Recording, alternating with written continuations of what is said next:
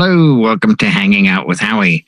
Tonight I have with me my usual suspects, and we have John Cawley from Boston, Hey. Jay from Temecula, California, Hey, Brian from Milwaukee, and Eric from Good Guy Productions, way up in the tundra, where it's 16 below all the time, even in the summer. 61 right now. Yeah. We're having a heat wave. Now, Get a hoodie. the show that aired before our show, which you'll see this Wednesday. This show? This is actually St. Patrick's Day. Yeah, it's on St. Patrick's Day. St. Patrick's Day, okay. Yeah. They did a show on left turns with songs, and we already have a music show on Tuesday, so I thought let's make a right turn on things that we do, not music related, but things that we do at events that exceed expectations, or just because it's the right thing to do, that sort of thing, something you might do. And one of the things I do when someone's obviously on a budget and they were like, no, we can't afford uplights. Well, they got a sweetheart table, and they need photo ops.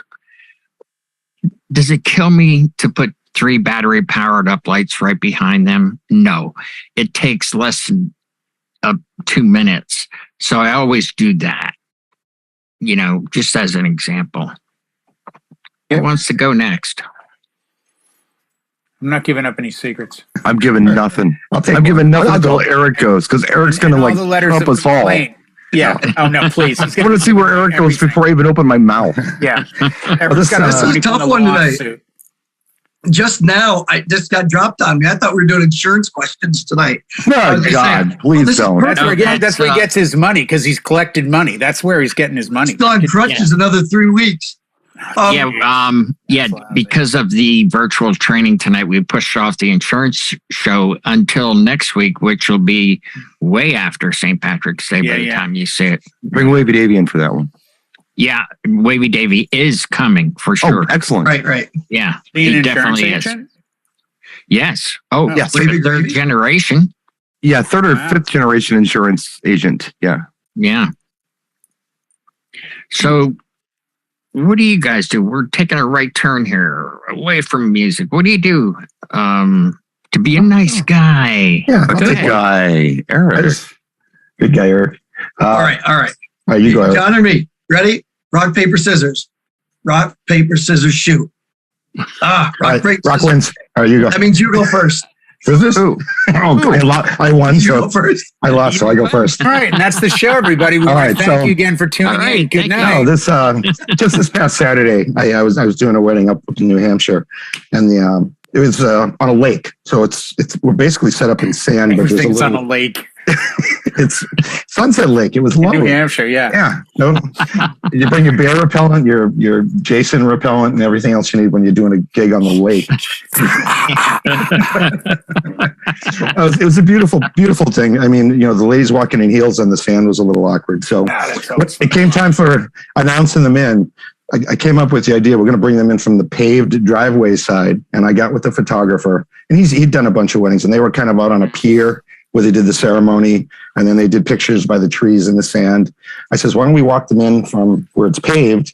And each one had a song they wanted to come into for a few minutes. So I pre-cued them and set them to spots where there'd be some energy. There's not a long intro. And I tell the photographer, I say, as they come in, they're going to come, when they hear the song hit, they're going to walk up and they're going to do a little dance in the spot I showed him where, and I basically planted him where he needed to be.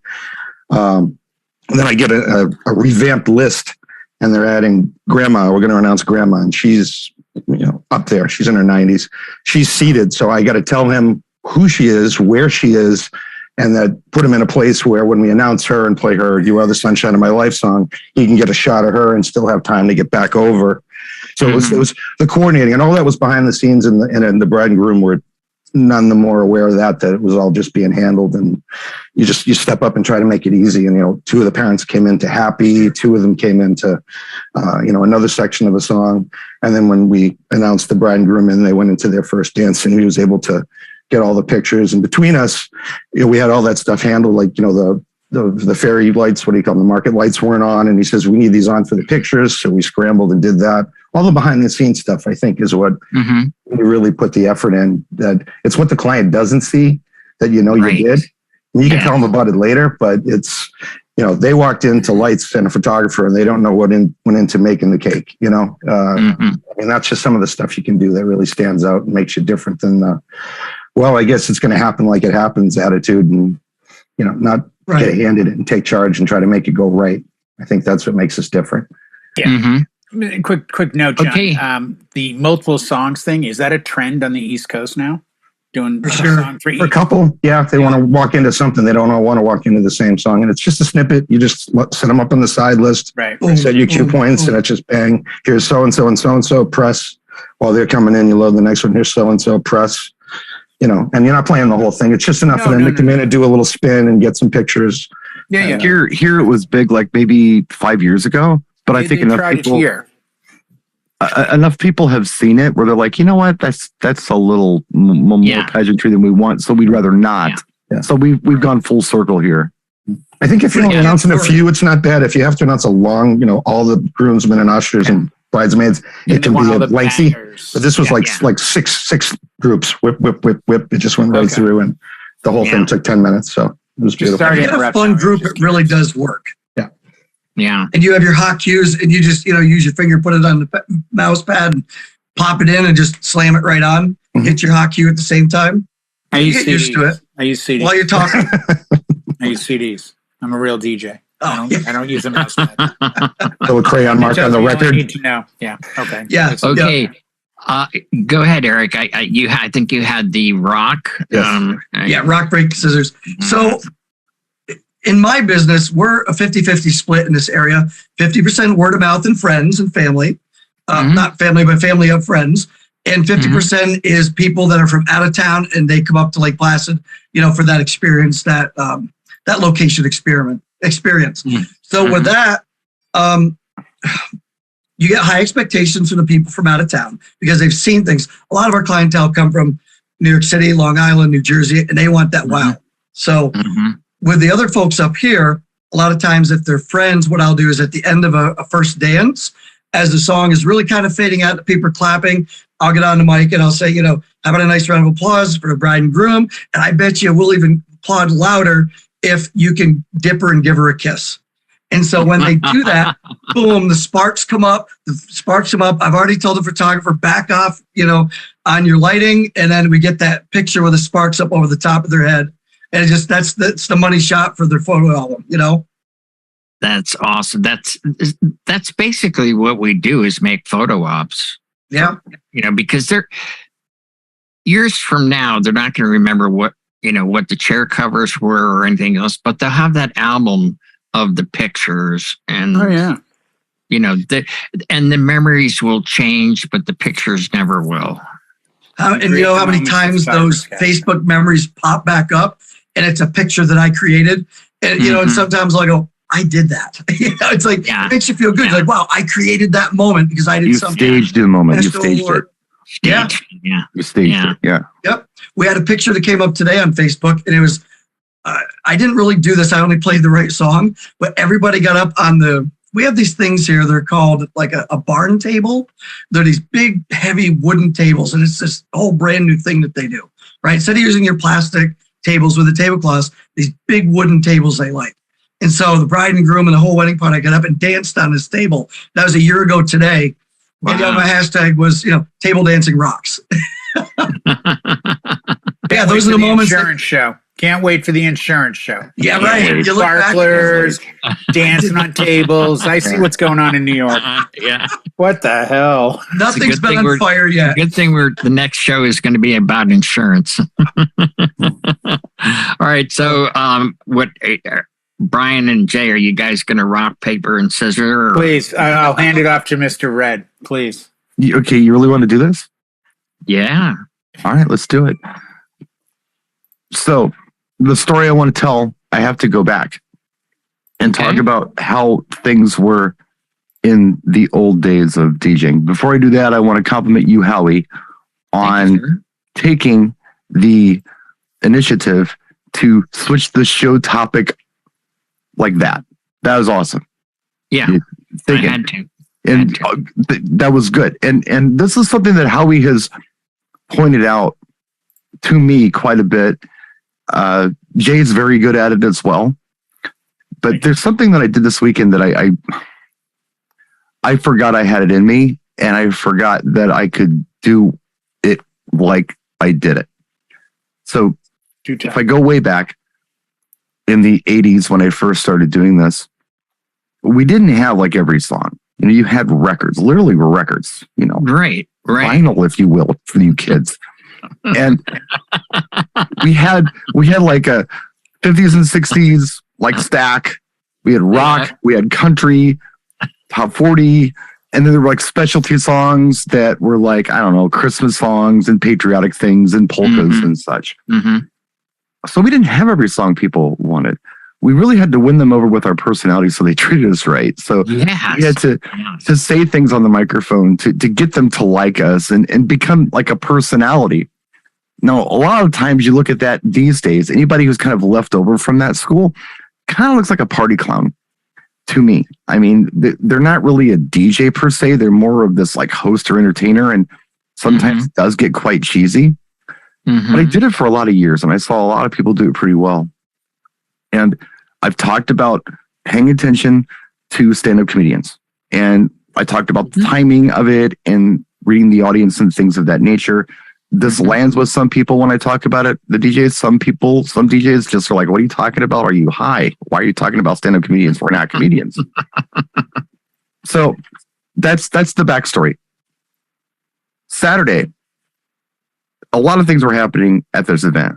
There was a lot of prep work. There was a lot of stuff to do that I could talk about. But what I want to talk about is the improvisational stuff that I did on the microphone. In the old days, I would say things that were kind of humorous, and I would land a group of people who would find it funny.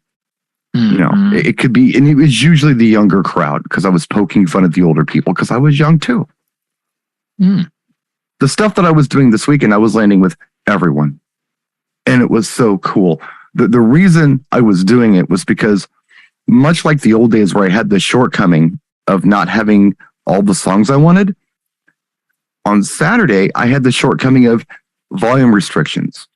So I couldn't turn the music up very loud. And I felt like I had to do something to compensate for that because I wasn't really giving them the full experience like I'd like to. I had to turn the bass way down. The music, I mean, they were fine with it, but I knew that it could have been louder. You know, and it would have been more full and more fun, and people would have been more prone to dance if it was louder, but it had to be pretty low because the barn and the residents around it and such. I don't know how many times I did this, but it was all improvisational, and I know anything that I say that I said isn't going to be as funny as what I said in the moment. And I was reading the room when it happened. There were moments I had to talk on the mic. And so I picked up the microphone, and I don't know what came over me, but I just went for it.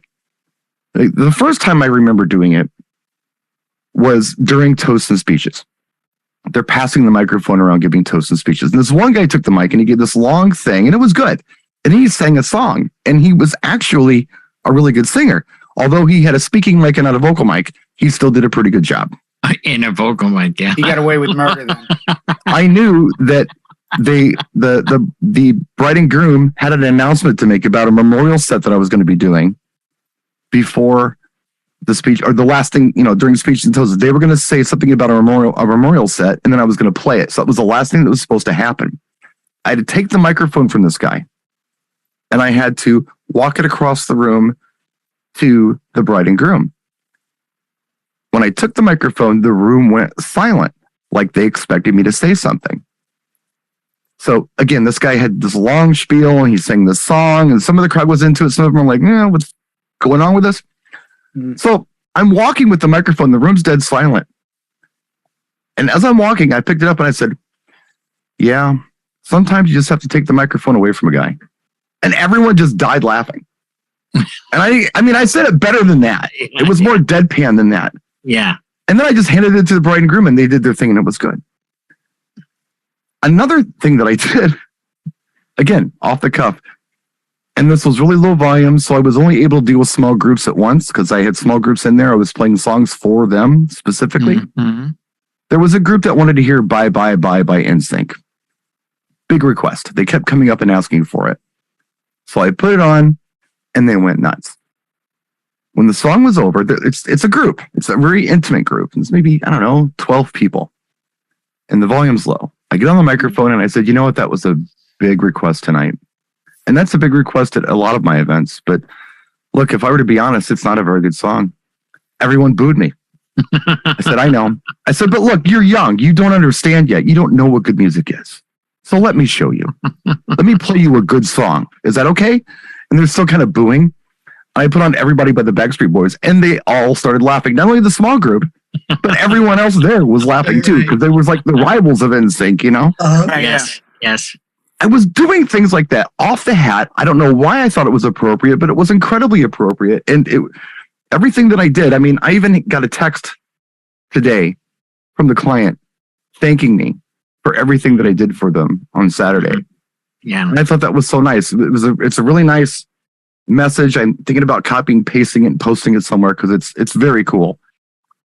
But I felt really good about the event, and I brought something to it to help compensate for some things that I felt could have been, they were out of my control, but they could have been better, like volume. Mm-hmm. I did this other thing instead, and it really did enhance the experience. It made it personal. Mm-hmm. And I don't know, I was able to do that. That was making the right turn in that case. And it was a weird judgment call, but I went for it. And it worked. I don't think everybody could have pulled it off. Jay could pull it off. Lights are magic like that. Yeah. Yeah, and you can have really good nights very like good that, at this. where it flows and you get caught. It's off the cuff that's the magic, I think. You're reading the room as you're doing it, though. is.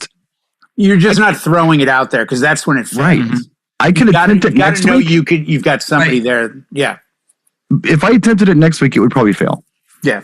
No, you have to read the room and know when you can and can't do these things. And that's the skill set of a DJ that we never really talk about. Yeah. It's always about gear and music and, I can mix this song with this song and look at these speakers. We're not all right for every client. We're right for one client, but we're not, I was a member of a group called the Best DJ for You. And our motto was, there's no such thing as the best DJ, but there is the best DJ for you. Right. And the logic was, of the six of us, one of us is the best DJ for you. Right. You may not like Brian or Howie or John, but you might like Eric and vice versa and all that. And I think that still stands true. And I learned it, again, let's go back to the weekend. I had a wedding Saturday night that actually was outside. And I made it very clear to the client and the coordinator, there's a 10 o'clock noise variance in this area and we're outside. Mm-hmm. So I need you to understand that. The reason being, I'll party with you guys, but, and the groom was like, I've talked to all the clients. I've invited them all. Only a couple are coming, but they were all cool with it. Well, I actually made it from 10 to 11 outside blasting music without the police, without any complaints. And at 11 o'clock, I'm like, folks, thank you so much. Have a great night. Have a great rest of your weekend. Good night. Boom. Lights are still on. Turn off the computer, unplug the hard drive. And the groom comes up. He goes, can you go to midnight? I'm like, seriously? He goes, I told the neighbors we were going till midnight. I'm like, okay. But, he goes, I really want to go to midnight. I'm like, great. That's $250. Okay. Yep. Okay. Like, it's what you paid earlier, but now it's just one more hour. Right. Mm-hmm. And, I've talked to DJs, and there's probably 5 that come to mind that I won't name that off the top of my head that are like, hey, man, you know what? Party's going great at 11. I'm scheduled to leave, and they want to go to midnight. Let's go. I'm doing it. Will you charge over? No. And my logic has always been, that's not the time to take a right turn.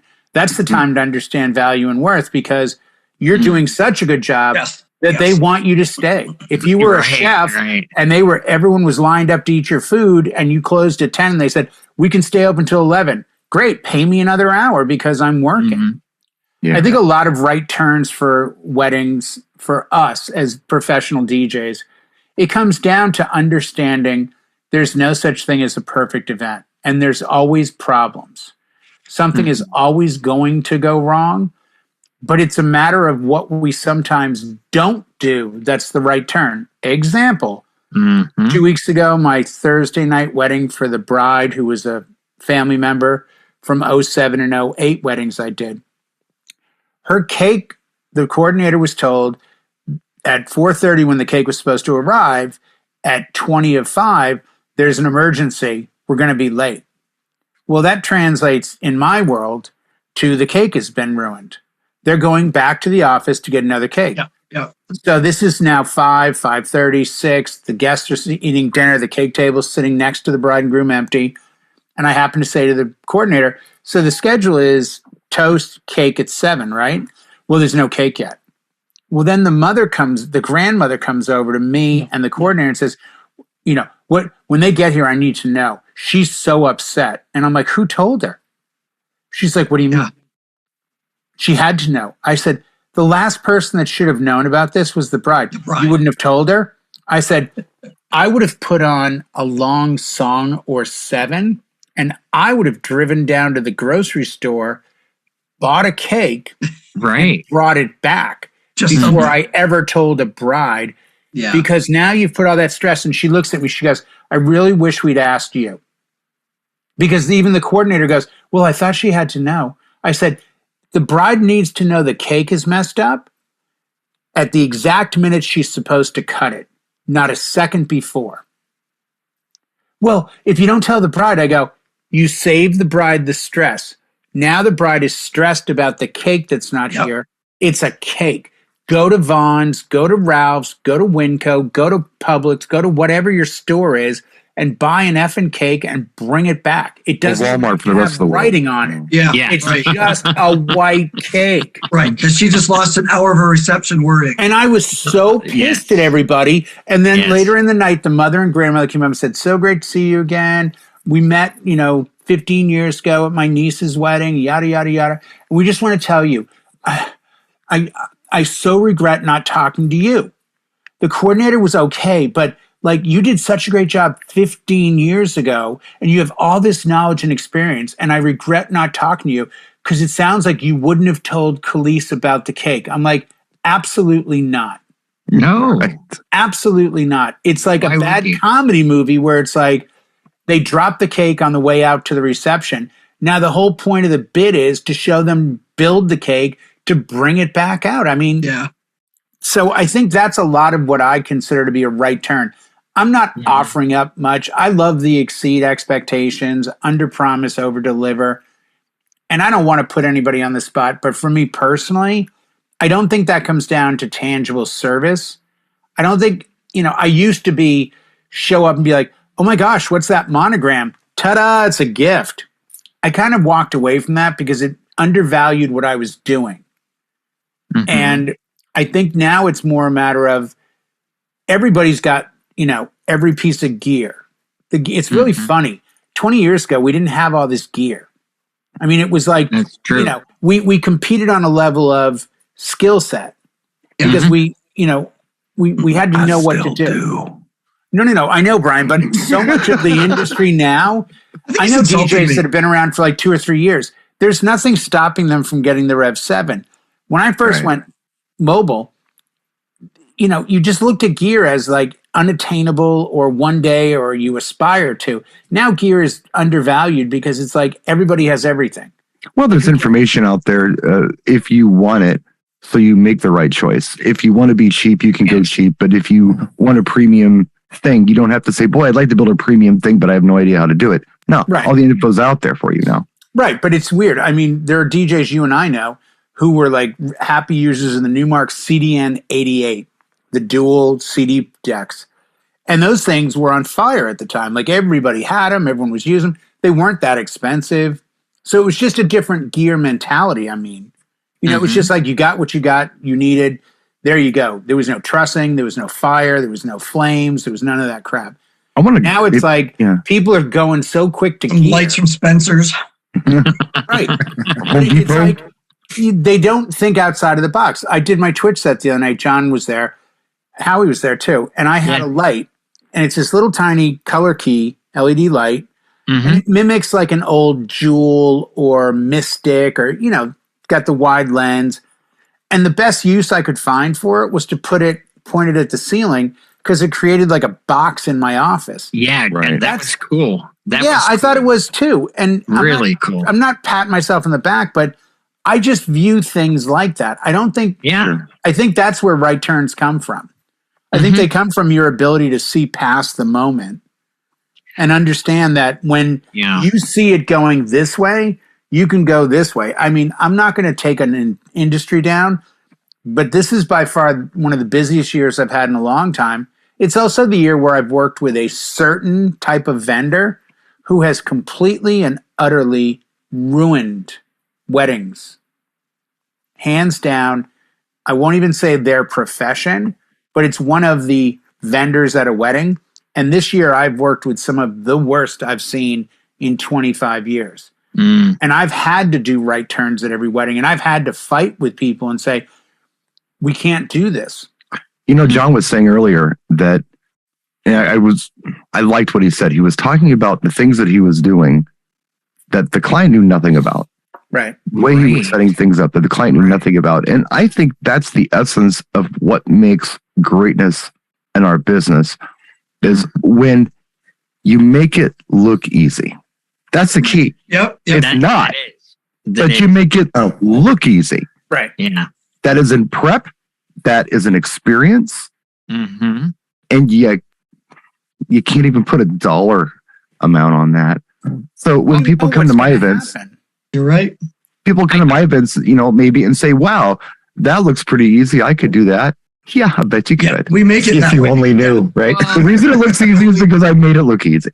Yeah. And on the other hand, when we make these right turns because something happened, the guests really don't know. They have no idea. They have no Nor idea. should they. And then you wind up getting a beautiful letter like you got, and they're none the wiser. It's like, wow, this client knew, because they threw a lot of stuff at me last minute, and I knocked every bit of it out of the park. And I told them, and you paid for it. they did. But you know what? They tipped very generous too. They gave me a very generous tip. I was looking at this event this weekend as, you know what? I'll do it. It's going to be a wash, but I'll do it. I ended up profiting quite well. I mean, you paid for it with your body, with your health. Oh, well, that wasn't the prep. That was actually the physical stuff I had to do there. Because the barn's on one level, the tent's on another level. They're getting married way up here. Of course. Ceremony went long. It was this weekend. Yeah. So I'm running up and down these hills. Plus, the parking was on way down. And for some reason, the barn venue decided that the crippled guy needs to park in the back of the lot, because that's where vendors park. So I had a longer walk. Did you show them the VIP pass? They didn't care. And that is a video for another day. But no. I was actually west of Madison. I was, Madison. Oh, yeah, I know. I was west of Madison, about a half hour. Hi, Izzy? Yeah, no, it sounds like Brian's got an ADA case. Yeah, Americans Disability Act. Oh, I definitely tell him to put a collar. Brian, put a collar on right now. Izzy, it's doing cheating in the house. Put one of those collars on now. The legal show's coming up soon. Oh, fell down the stairs. Brian, do you have a white cane? He said to get a white cane too.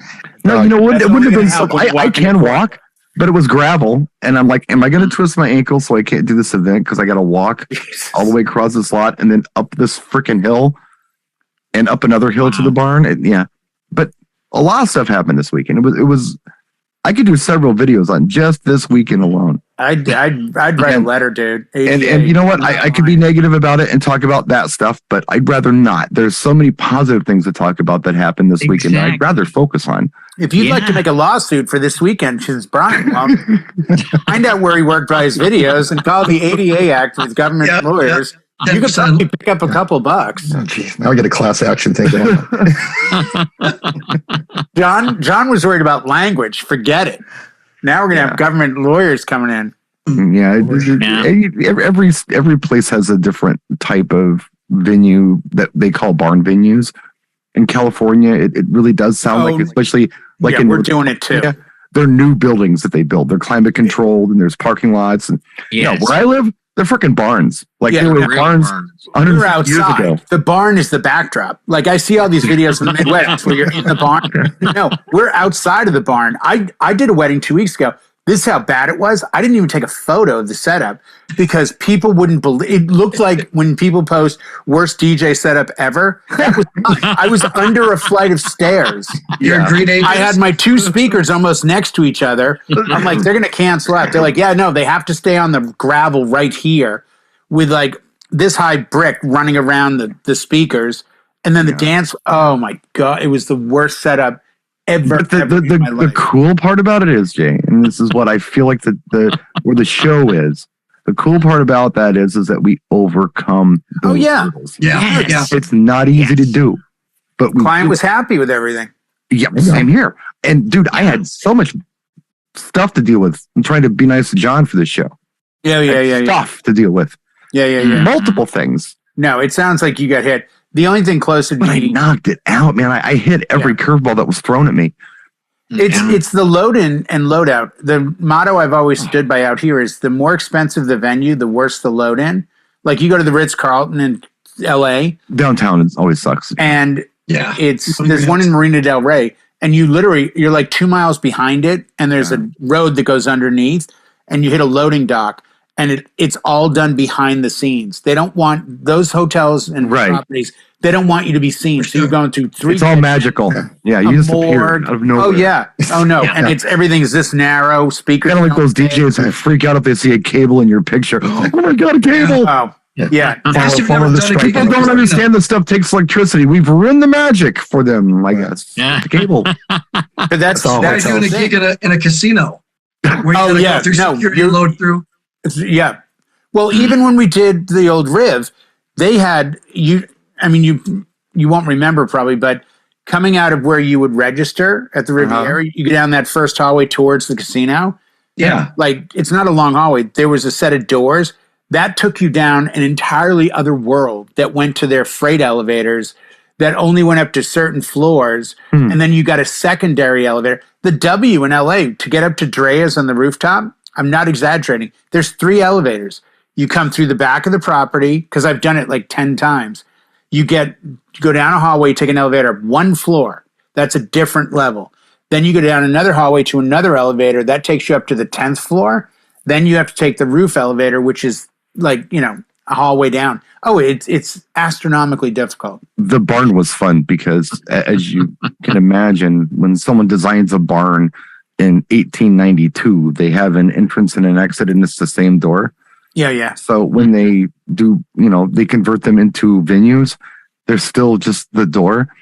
So when you're done, when it's over, it's like gridlock trying to get to that one opening with a vehicle there's like 17 people in the family pulling their little Subaru Outbacks to the door to load in crap they brought. Oh, yeah. And you're sitting there thinking, and I had to walk all the way back to the parking lot to get my vehicle, so I was last in line. I had to sit there for a while to even load out. That is so disgusting to me that they wouldn't look at the fact that not only you're the vendor, because I've had events. It's another show. It's another show.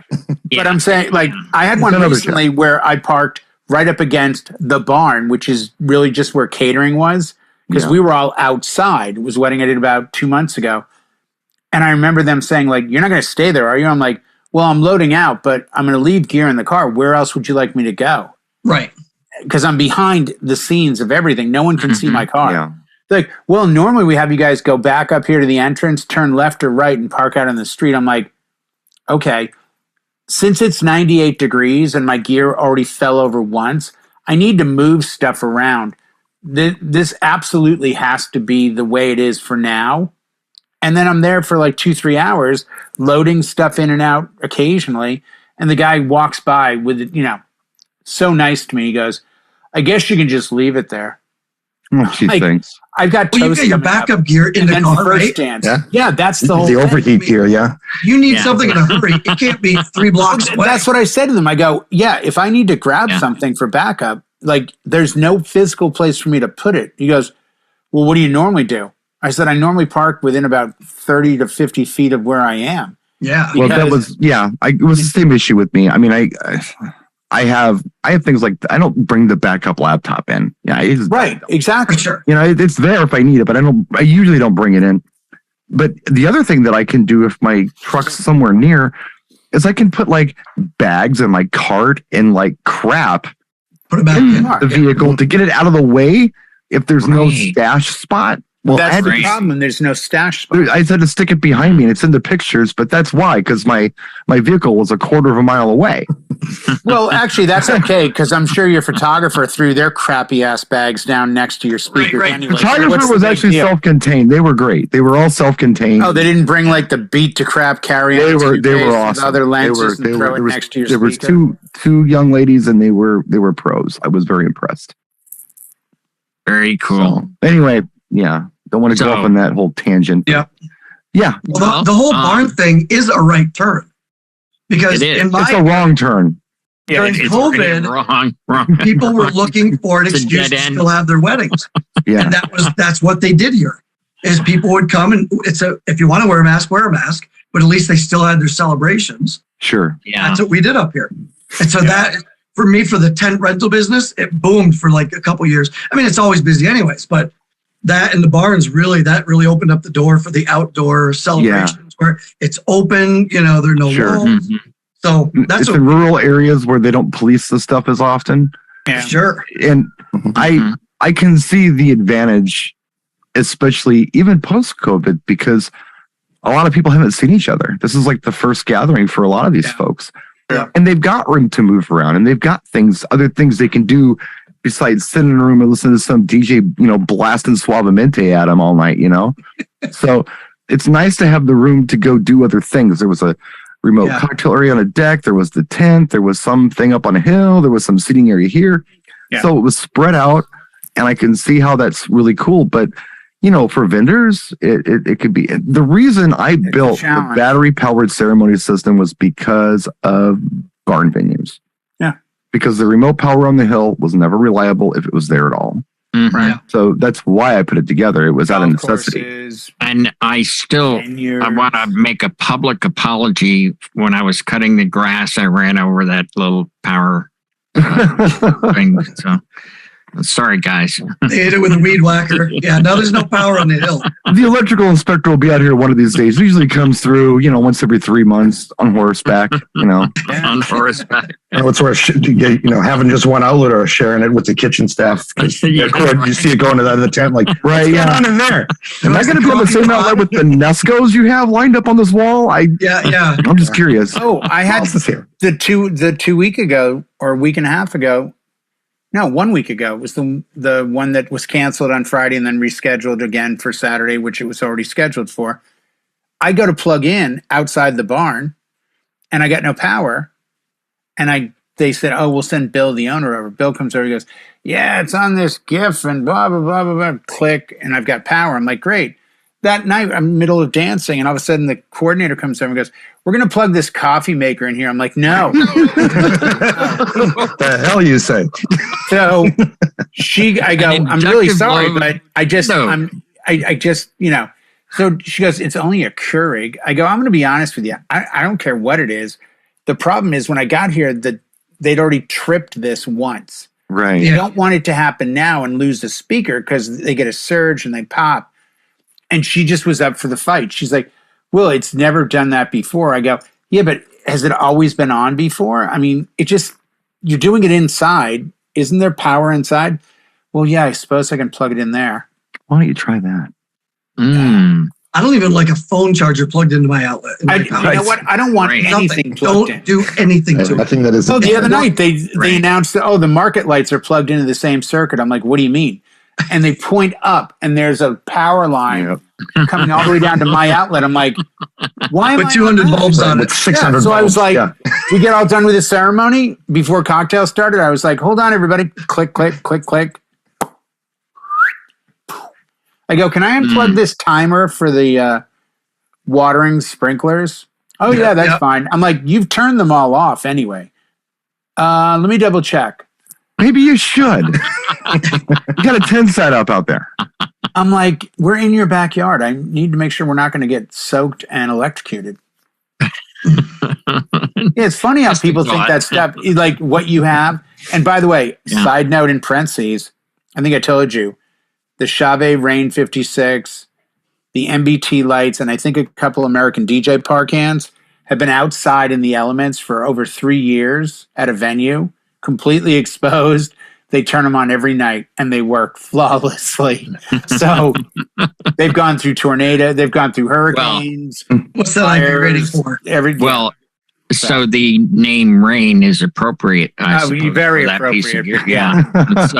Thank you, Bernice. Well, hey, I appreciate you guys coming on and doing this right turn with me. Yeah, we're done already. Yeah, it was a good show. It was a good show. And hey, next week we're going to have Wavy Davy on and a few other folks. And it, as always, if you have any questions, something you'd like us to cover, leave it in the comment section of the YouTube video, because I checked those. And this is where I got this particular show from. Someone said, hey, I'm a single op and this is my full-time job. I need health insurance. How do I go about getting it? So that's what next week will be about. Thank you all. Boy, I can't wait. What's his name, Howie? Let's send him a t-shirt. Yeah, we'll send him a t-shirt. It's a good idea. Good night, all.